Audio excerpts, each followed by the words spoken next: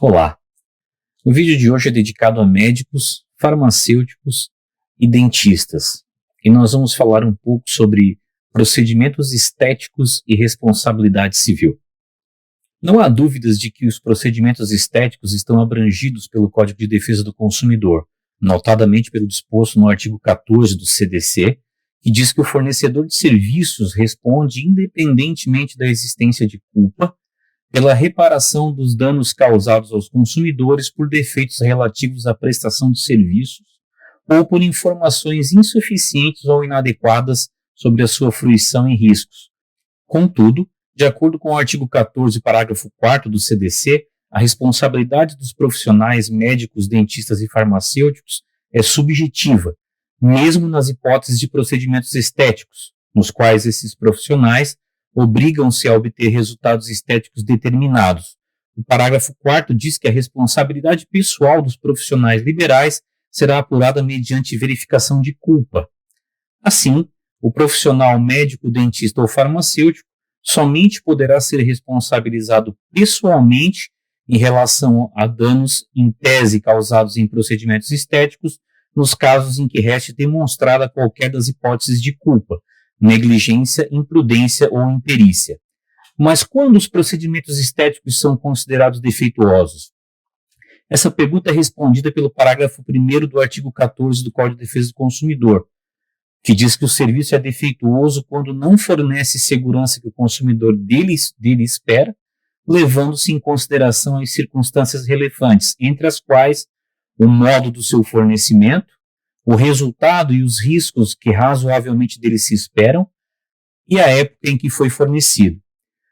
O serviço não é considerado defeituoso pela adoção de novas técnicas e o fornecedor de serviços só não será responsabilizado quando conseguir provar que, tendo prestado o serviço, o defeito não existe, a culpa é exclusiva do consumidor ou de terceiro. Nesse contexto, muito embora os procedimentos estéticos envolvam obrigações de resultado, a tão só insatisfação do paciente ou cliente por si só não é suficiente para ensejar a reparação indenizatória. Para que surja uma obrigação de indenizar, deve ser demonstrado efetivamente o resultado danoso, não se revelando justo imputar ao médico, dentista ou farmacêutico qualquer obrigação de reparação de danos ou prejuízos que decorram, por exemplo, de eventuais alergias, insensibilidades ou mesmo decorrentes de expectativas e desejos elevados do cliente. Mas não basta que o profissional de medicina, farmácia ou odontologia realize os procedimentos estéticos com acuidade profissional. A prevenção de acidentes profissionais e, consequentemente, de possíveis indenizações começa muito antes do procedimento em si.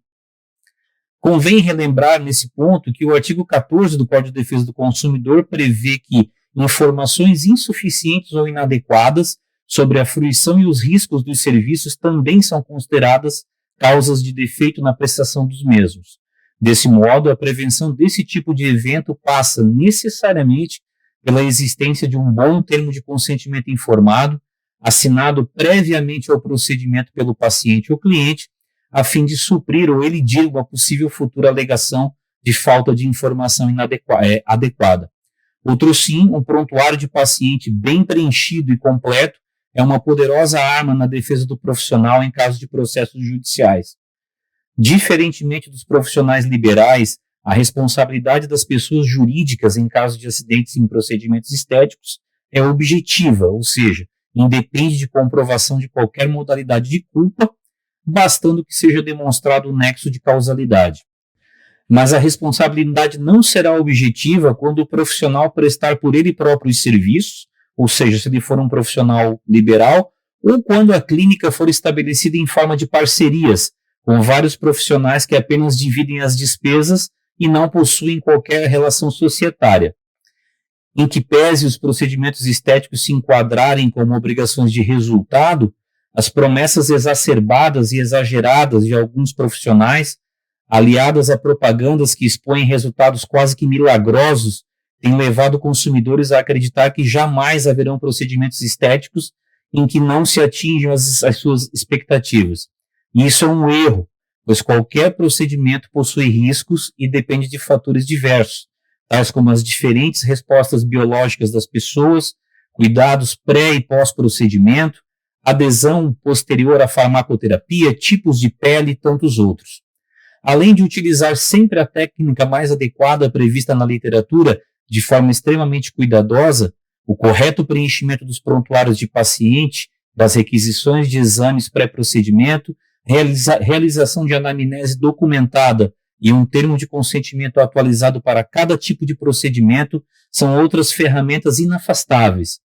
Recomendamos sempre que a elaboração dos termos de consentimento informado sejam elaborados sempre por um advogado com conhecimento nas áreas do direito médico, hospitalar e farmacêutico, em conjunto com o responsável técnico do estabelecimento. Sucesso e até o próximo vídeo.